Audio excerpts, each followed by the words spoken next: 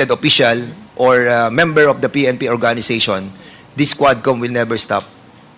Alam namin, delikado yung ginagawa namin. But sometimes, meron tayong kasabihan. Minsan ka lang dadaan sa buhay na to. At pag dumaan ka, gawin mo na yung tama. Dahil sa tama, hindi ka magkakamali. So, I hope that you will have a change of heart. Because someday, and somehow, isa lang yung ating pupuntahan eh. Sa kanya lang tayo magsusulit sa lahat, sa Ama na lumikha sa ating lahat. I hope that after this, you will contemplate within yourselves, no? Para to release, ma-release yung stress. Stressful yan eh. Kasi, stressful yan.